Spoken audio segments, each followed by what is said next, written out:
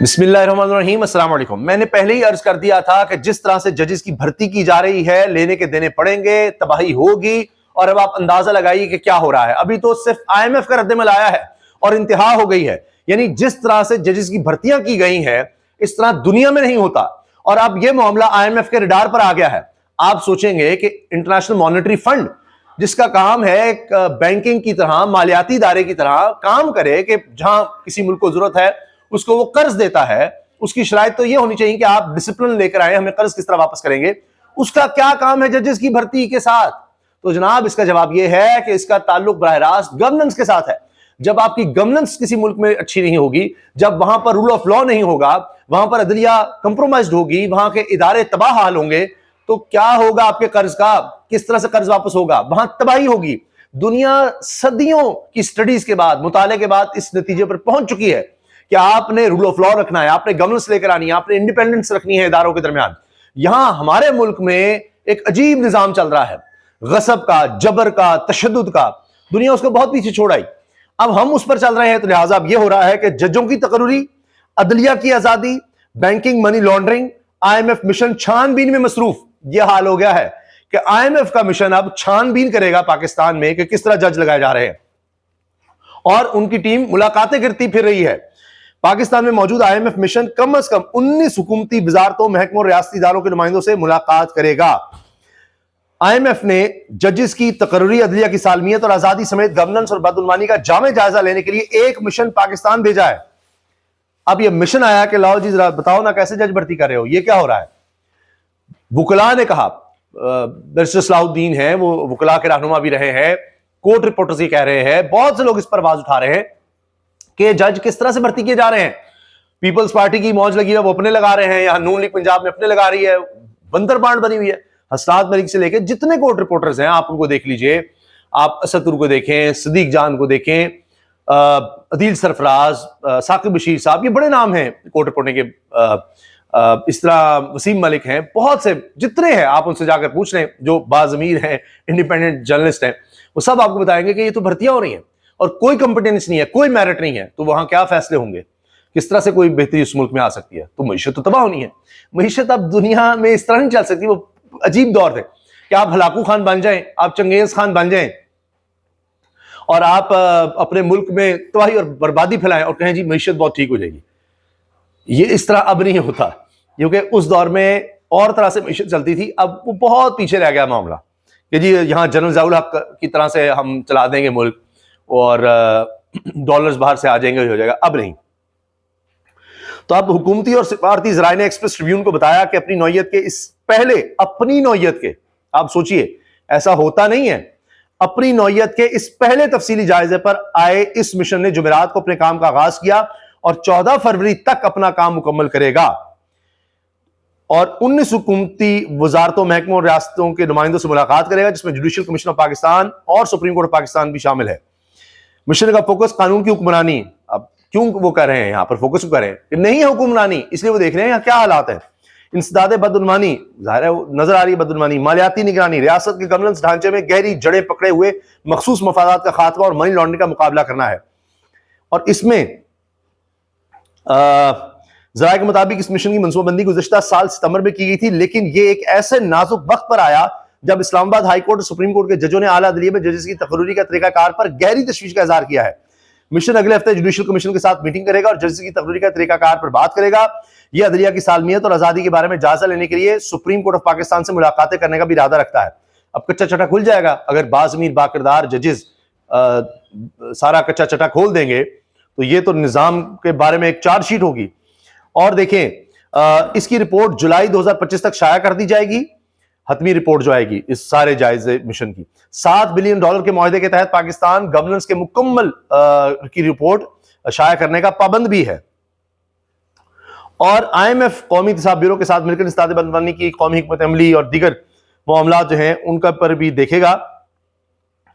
اس میں IMF کی طرف سے یہ بات کی گئی ہے کہ اس وقت پاکستان کو بہت ہی خوفناک صورتحال کا سامنا ہے، جس میں بہت کمزوریاں نظر آ رہی ہیں پاکستان کے کچھ سیکٹرز میں، اور اس حوالے سے انہوں نے IMF نے کہا بھی ہے کہ یہاں پر مسائل ہیں پاکستان کے لیے ابھی بھی, اور اس میں پاکستان کو بھی بہت کچھ کرنے کی ضرورت ہے.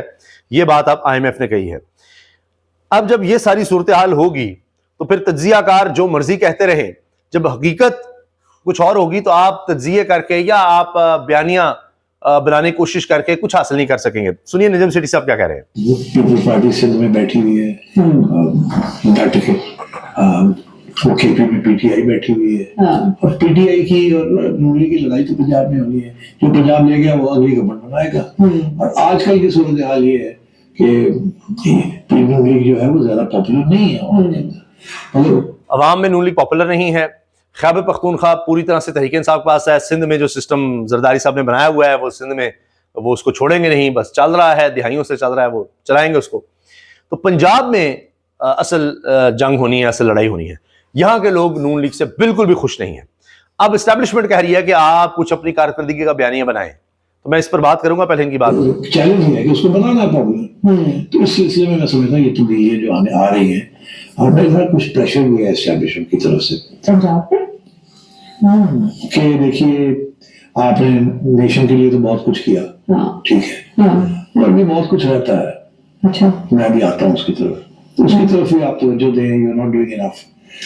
آپ اتنا نہیں کر رہے, بہت کچھ بھی رہتا ہے, آپ وہ نہیں کر رہے. جی اسٹیبلشمنٹ حکومت کو کہہ رہی ہے عمران خان کی پاپولیرٹی کم نہیں ہو رہی ہے. اس وقت ہوگی آپ کی پاپولیرٹی بڑھے گی, تو اتنا آپ کیا کر رہے ہیں. مسئلہ یہ ہے کہ عمران کی پاپولیرٹی کم نہیں ہو رہی, تو آپ اپنی پاپولیرٹی بڑھائیں گے تو پھر اس کی کم ہوگی کوئی پاپولیرٹی. ہم تو آپ کے ساتھ ہیں, مکمل آپ کو سپورٹ کر رہے ہیں.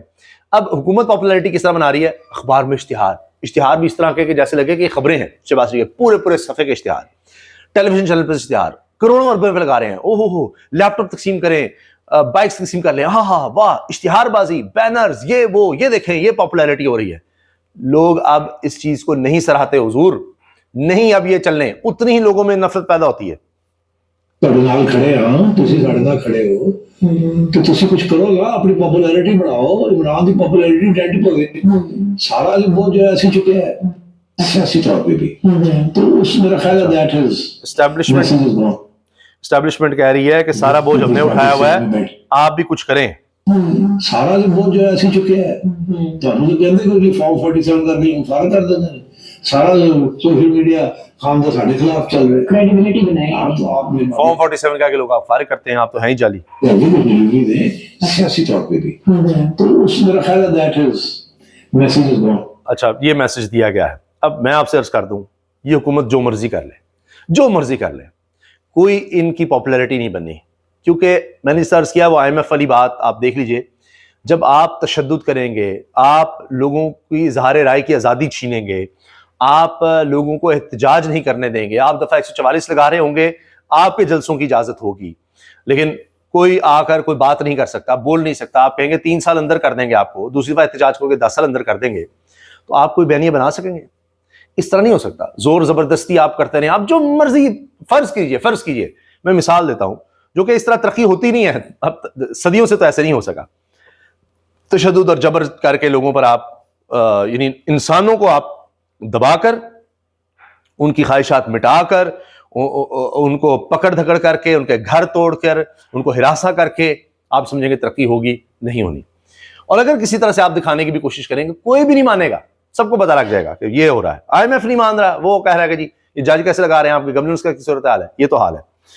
اچھا, ثوابی جلسے کی جناب کلپس جو ہیں وہ مسلسل شیئر کیے جا رہے ہیں, اور وہاں جو تقریریں ہوئی ہیں ان کی بازگشت بہت زیادہ ہے.